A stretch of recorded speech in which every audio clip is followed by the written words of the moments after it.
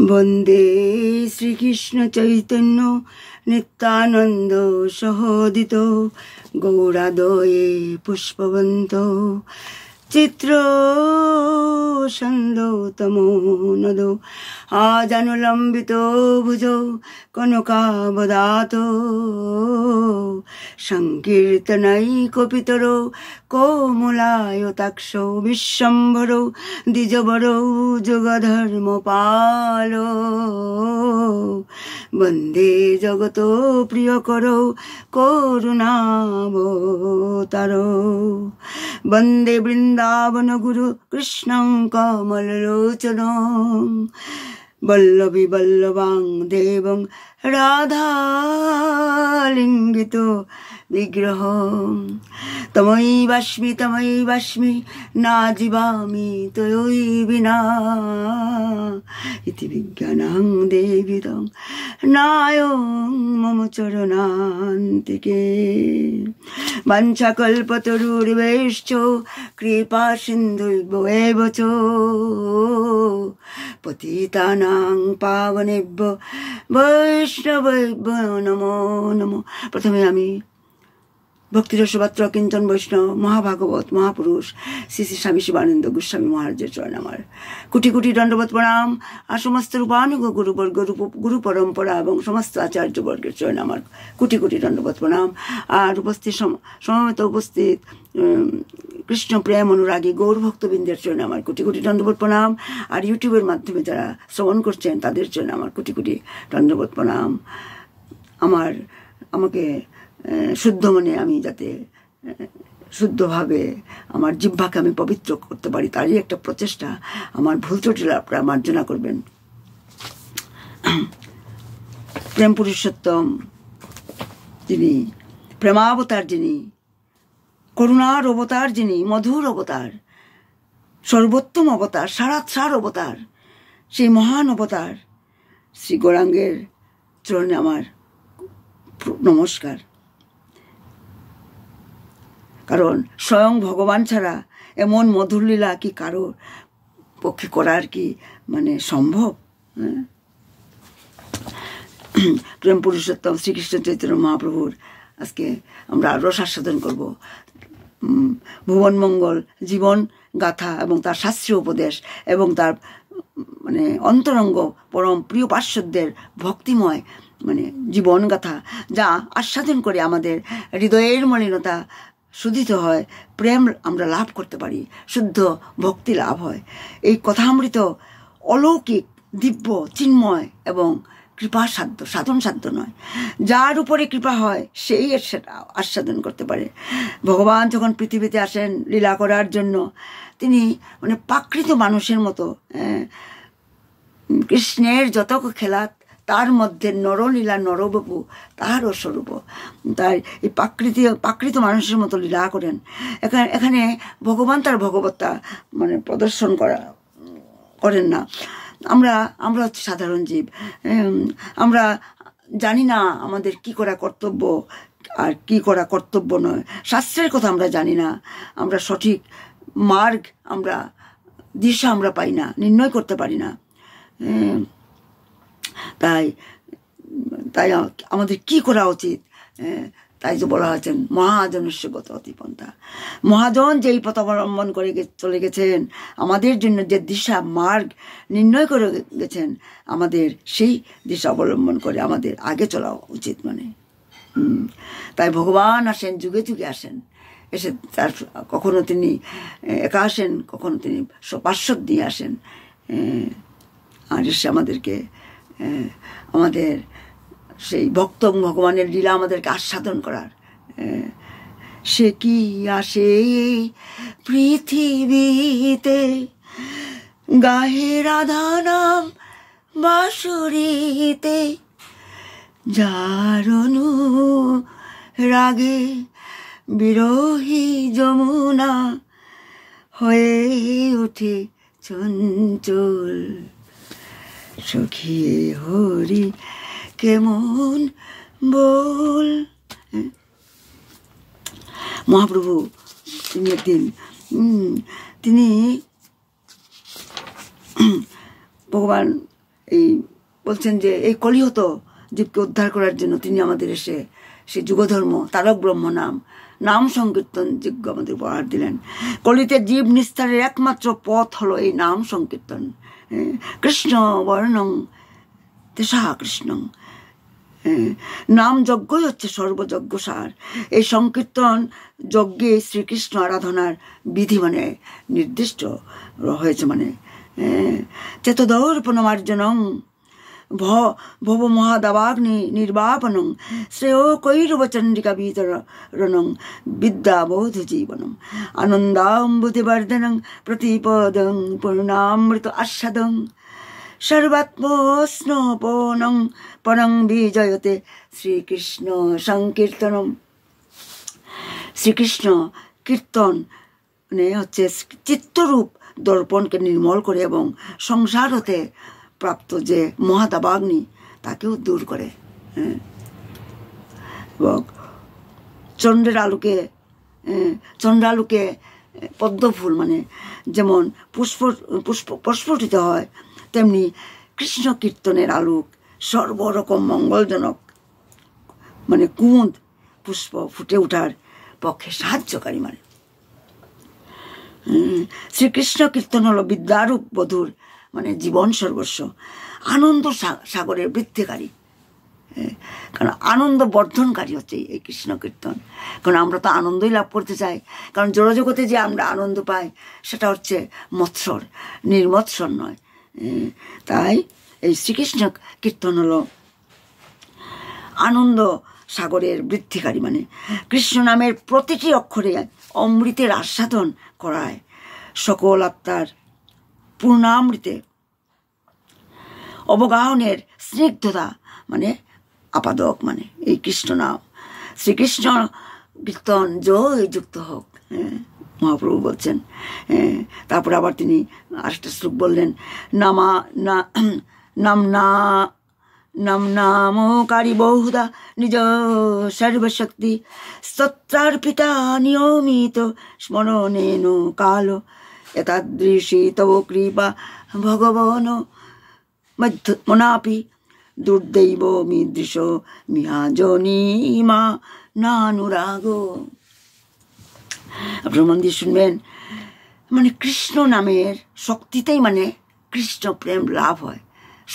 মানে নামের মধ্যেই মানে নিহিত আছে এই কৃষ্ণ মানে প্রেম। মানে আর এই নামের শক্তিতেই এই কৃষ্ণ প্রেম জাগৃত হয়, মানে চেতদর্পণ মার্জন হয়। মানে এই নাম গ্রহণের কোনো মানে কালাকাল বা নিয়ম নেই। মানে একটা দর্পণ যখন ময়লায় আবৃত থাকে তখন আমরা আমার মুখটা দেখতে পারি না। জল যখন স্থির হয়ে না থাকে তখন জলের মধ্যে আমার প্রতিবিম্ব আমি দেখতে পাই না। ঠিক সেইভাবে আমার চিত্তটা একটা দর্পণের মতো। এই চিত্তে যে কত রকমের ময়লা, কত রকমের মানে অনর্থ এগুলি আছে, সেইগুলিকে মার্জন করতে হবে, ঘষে ঘষে তুলতে হবে, ঘষে ঘষে পরিষ্কার করতে হবে। আর ঘষে ঘষে মানে কি, কীভাবে ঘষবো সেটা আমরা চিত্তকে কীভাবে ঘষবো? এইভাবে নাম সংকীর্তনের দ্বারা, সৎসঙ্গের দ্বারা সেই মানে ভক্তিলতা বীজটা যেটা হৃদয়ে গুরুদেব আমাকে বীজটা রোপণ করে দিয়েছেন সেটাকে অঙ্কুরিত করতে হবে। আর সেই নাম স্মরণ মানে কোনো বিধি নেই, কোনো কালাকাল নিয়ম নেই, সূচি অসুচিরও কোনো বিচার নেই। কিন্তু আমার এমনই দুর্ভাগ্য যে এত করুণা সত্য কৃষ্ণের নামেতে আমার অনুরাগ জন্মালো না। স্বয়ং মহাপ্রভু, তিনি স্বয়ং কৃষ্ণাস্থ ভগবান স্বয়ং, তিনি এইভাবে এইগুলি বলে তিনি কাঁদছেন। মানে এই শ্লোকটার মহাপ্রভুর নিযুক্তি, মানে তিনি নিজে উচ্চারণ করে তিনি কাঁদছেন। মানে মহাপ্রভু নিজে ভগবান হয়ে তিনি বলছেন, আমাদের শিখিয়েছেন কিভাবে প্রেম করতে হবে, কিভাবে চেতমার্জন দর্পণ মানে চেতমার্জন করতে হবে, সব এসে নিজে করে শিখিয়েছেন। আপনি আচরি ধর্ম প্রভু জীবের শেখায়, নিজে আচরণ করতে শেখায়। যেভাবে আমাদের গুরুদেব নিরন্তর তিনি নিজে আচরণ করছেন now he is 129 years old. Padmashri পেয়েছে 2 বছর আগে আমাদের গুরুদেব শিবানন্দ গোস্বামী মহারাজ। পৃথিবীর মধ্যে সবচেয়ে বয়োজ্যেষ্ঠ তিনি। গিনেস বুকেও নাম উঠেছে গুরুদেবের। তিনি 129 ইয়ার্স। ভক্তি মার্গের পথিক তিনি, অকিঞ্চন বৈষ্ণব তিনি। তার কোনো লোভ নেই, আশা নেই, আকাঙ্ক্ষা নেই। তাই তো বাবা গুরুদেব কি বলেছেন, বাবা গুরুদেব তুমি কেন তো সুখী? গুরুদেব কি বললেন, আমি ঈশ্বরের, মানুষ ঈশ্বরের ধন সম্পদ চায়, আমি ঈশ্বরের ধন সম্পদ চাই না। আমি গোবিন্দকে ভালোবাসতে চাই, তাই আমি সুখী। কি সুন্দর সিম্পল আনসার। তাই আমার ভগবান স্বয়ং বলছেন, মহাপ্রভু যিনি স্বয়ং ভগবান, এতে কাংশ কলাপংশ কৃষ্ণাস্ত ভগবান বলছেন, আমার মনের দুর্ভাগ্য, এত করুণা সত্য কৃষ্ণের নামেতে আমার অনুরাগ জন্মালো না। মহাপ্রভু এইভাবে ভাবাবেশেই এবার বললেন, কিভাবে নামের কাঙাল হয়ে নাম করলে সেই নাম ফলপ্রদ হয়। এবার তিনি আমাদের সেটা শেখালেন এসে। এটি মহাপ্রভুর শ্রীমুখ নিঃসৃত অতি পরিচিত এই শ্লোকটা। এটা তৃণাদপি শুনেছেন তরুরপি সহিষ্ণুনা অমানীন মানদেন কীর্তনিয়া সদা হরি। তৃণাপেক্ষাও নিচু হয়ে, বৃক্ষ থেকেও সহিষ্ণু হয়ে, নিজে মান না চেয়ে, সম্মান না চেয়ে অপরকে সম্মান দেওয়া, সম্মান দিয়ে যে হরি কীর্তন করে সেই কৃষ্ণ প্রাপ্তির অধিকারী। কি সুন্দরভাবে তিনি ব্যাখ্যা করেছেন আমাদের জন্য। তাই বলে আবার মহাপ্রভু বললেন, না ধনং না জনং না সুন্দরিং কবিতাং বা জগদীশ কাময়ে মম জন্মনি জন্মনীশ্বরে ভবতাদ ভক্তির হইতুকি তৈ। মানে হে জগদীশ, হে প্রভু, আমি ধন জন, সুন্দরী স্ত্রী বা কাব্য অমৃত আস্বাদন এসব কিছুই আমি তোমার কাছে প্রার্থনা করি না। শুধু জন্ম জন্মান্তরে তোমার প্রতি যেন আমার অহৈতুকী ভক্তি থাকে, এটাই আমি কামনা করি। এইভাবে আমাদেরকে ভক্তি করতে হবে, এইভাবে আমাকে গুরুদেবের কাছে প্রার্থনা করতে হবে। তাই কীভাবে প্রার্থনা করতে হয় সেটা মহাপ্রভু এসে নিজে করে আমাদেরকে শিখিয়েছেন। আর সেইগুলি তিনি স্বরূপ দামোদর, রায় রামানন্দ, রূপ গোস্বামী, সনাতন গোস্বামীকে এইসব অভিধীয় তত্ত্বের কথা তিনি বলছেন। আবার বলছেন, ওই নন্দতনুজ কিঙ্করং পতিতং মাং বিষয়ে ভবাম বুধ কৃপয়া তব পাদ পঙ্কজ যা পঙ্কজাস্থিত ধূলি সদৃশং বিচিন্তয়। তার মানে হে নন্দসুত, নন্দসুত মানে কে? কৃষ্ণ।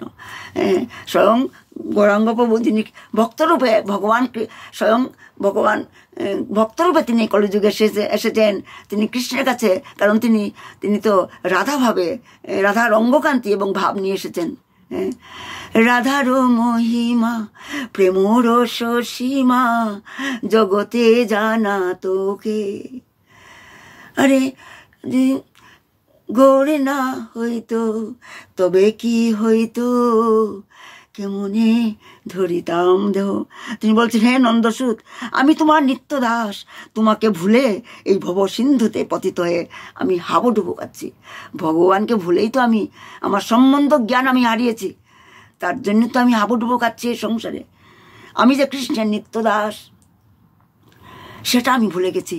আর আমি আমার স্থান কোথায় করে নিয়েছি? এই জড়জগতে, সেই মানে অনিত্য সম্পর্কে। যেই স্ত্রী পুত্র আত্মীয় স্বজনের বন্ধু বান্ধবের সঙ্গে আমি ভেবেছি তাদের সঙ্গে আমার নিত্য সম্পর্ক, সেটাই আমি ভেবে নিয়েছি। হাবুডুবু খাচ্ছি আমি। কৃপা করে আমাকে তোমার চরণের ধুলির সমান মনে করো। তাই তো, তাই বলা হচ্ছে যে ভগবান বলছেন, চৈতন্য বাবু বলছেন, আমাকে কৃপা করে তোমার চরণের ধুলির সমান মনে করো। তাই তোমারা নন্দ আমার পর, তুমি তাই এসেছো নিচে। তাই তো ভগবান স্বয়ং তিনি আসেন, যুগে যুগে আসেন, তিনি দয়া করে আসেন ভক্ত এবং ভগবানের সম্পর্কটা জানানোর জন্য, তাদের ভক্তের গুণগান করানোর জন্য। স্বয়ং এসে তিনি ভক্তকে উপরে উঠান, তিনি ভক্তের মহিমা গুণগান করেন, যাতে আমরা সেই ভক্তের মহিমা শুনে, শুদ্ধ ভক্তের মহিমা শুনে আমরা যাতে কৃষ্ণ প্রেম লাভ করতে পারি। তাই বলছেন আবার নয়ন গলদস্যুধারয়া বদনং গদে গদারুদ্ধয়া গিরা পুলকৈর নিশ্চিতং বপু কদা তব নাম গ্রহণে ভবিষ্যতি।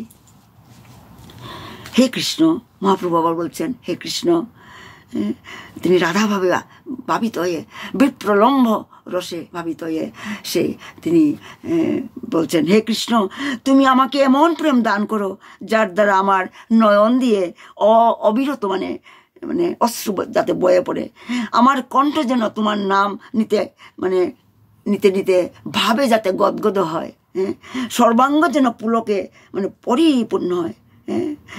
এই পর্যন্ত তারপর বললেন যে তাই তো বলছে এটা বলা বলতে বলতে মহাপ্রভুর মধ্যে আবার সেই বিরহের ভাব জেগে উঠল।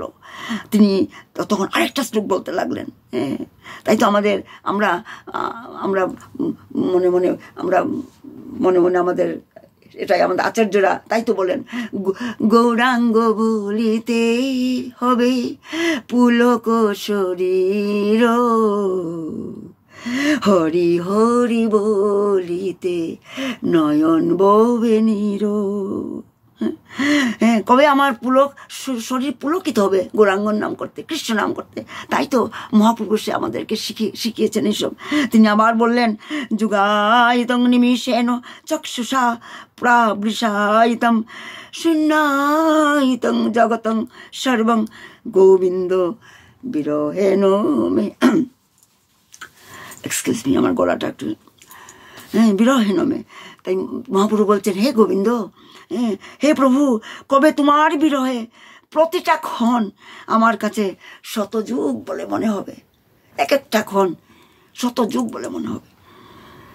তোমার অভাবে কবে আমার দোচুক বেয়ে বর্ষাধারার মতো অশ্রু ঝরে পড়বে, কবে কবে তোমাতে হারা হয়ে সমস্ত জগৎকে শূন্য বলে মনে হবে। এইভাবে ভগবান চৈতন্য মহাপ্রভু হি ওয়াজ ল্যামেন্টিং ইন সেপারেশন। যেভাবে রাধারানী যখন ভগবান শ্রীকৃষ্ণ বৃন্দাবন থেকে ছেড়ে চলে গিয়েছিলেন অক্রূরের সঙ্গে, অক্রূর নিতে এসেছিল কৃষ্ণ বলরামকে, মল্লযুদ্ধে আহ্বান করেছিল তার মামা শ্রীকংস।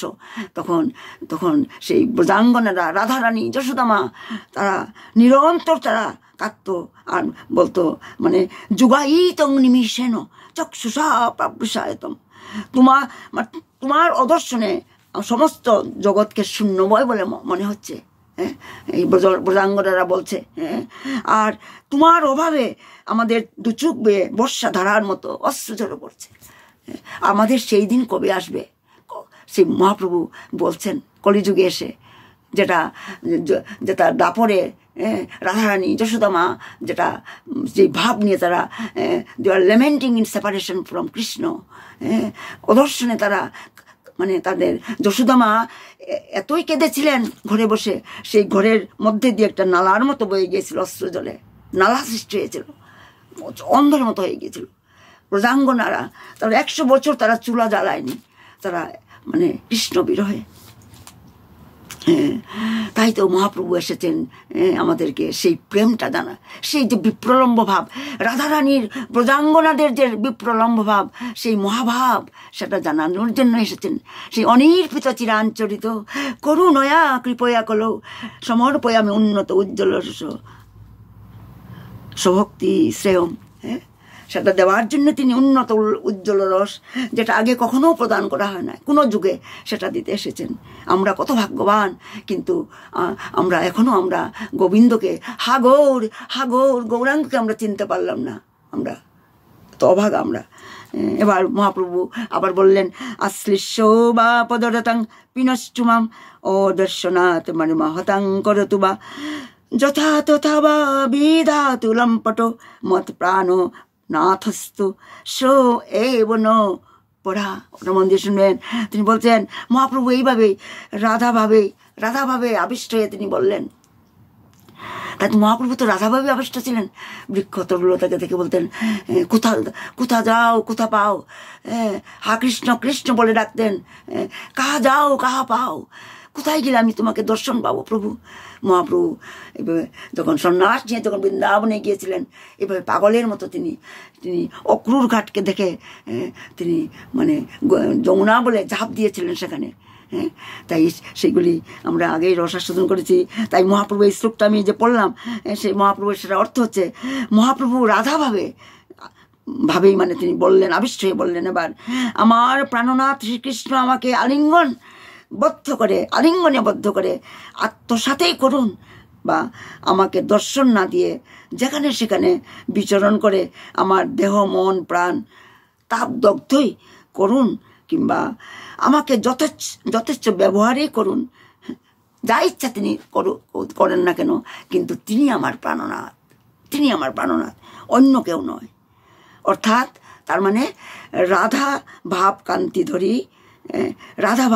ধরি শ্রীরাধার উক্তি যেন আরও একবার ধ্বনিত হলো প্রভুর মুখ দিয়ে, যেটা 5,500 বছর আগে যেটা রাধা উচ্চারণ করেছিলেন, রাধারানীর উক্তিটা, সেটা এই 550 বছর আগে আবার মহাপ্রভু এসে সেইটা আবার প্রভুর মুখ দিয়ে আবার সেই বাণী নিশ্চিত হলো।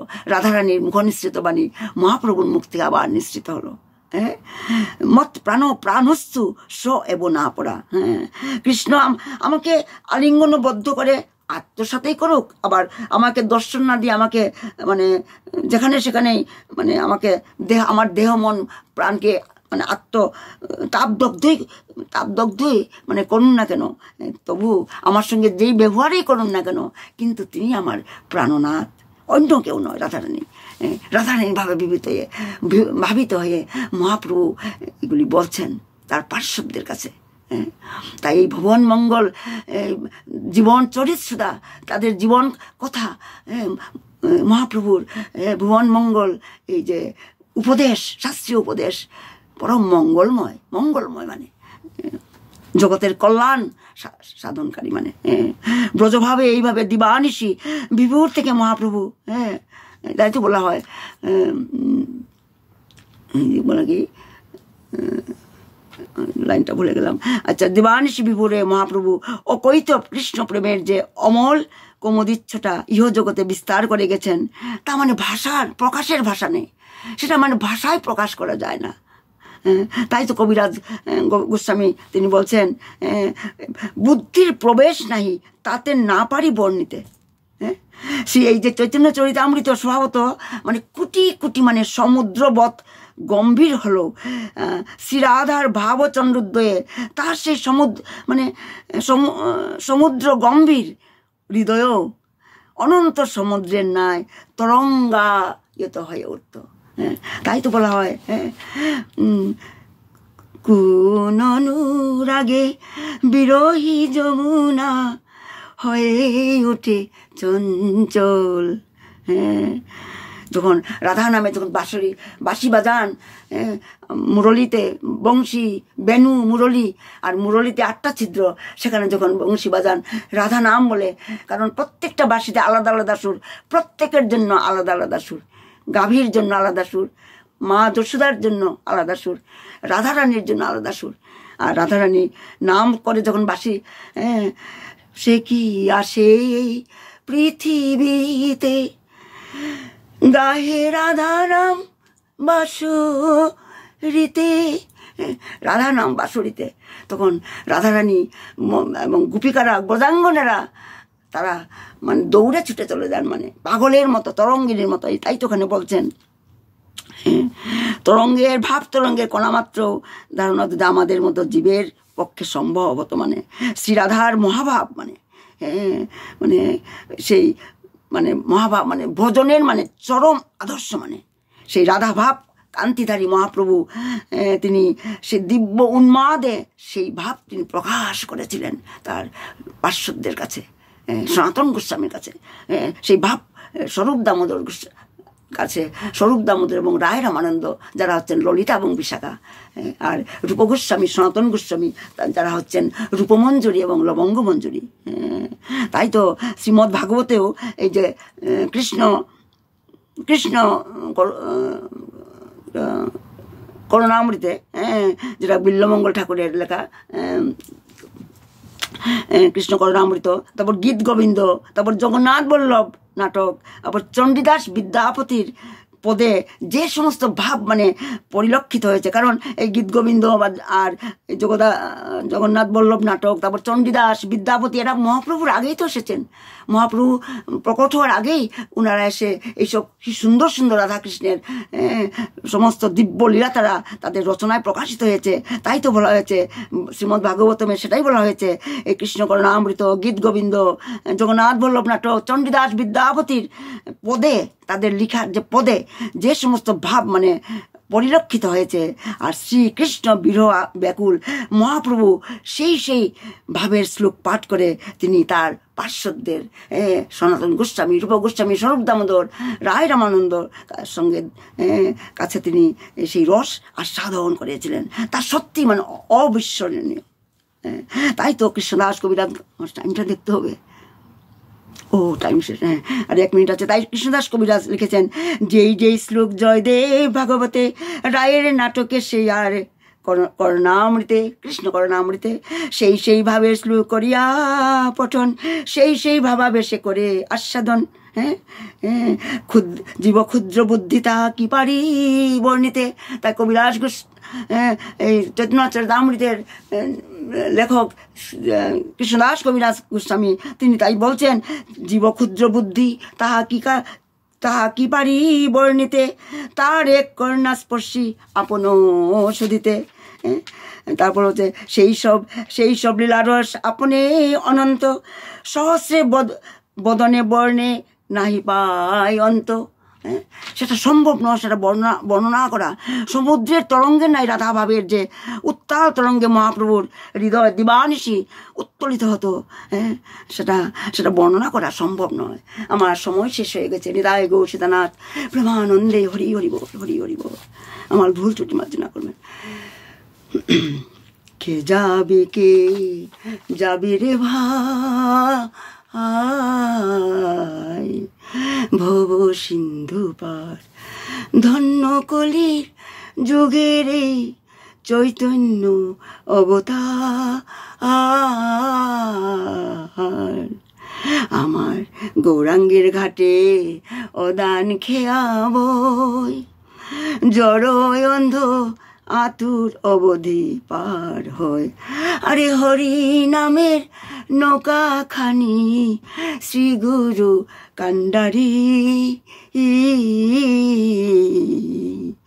সংকীর্তন কুরুয়াল পোষারি।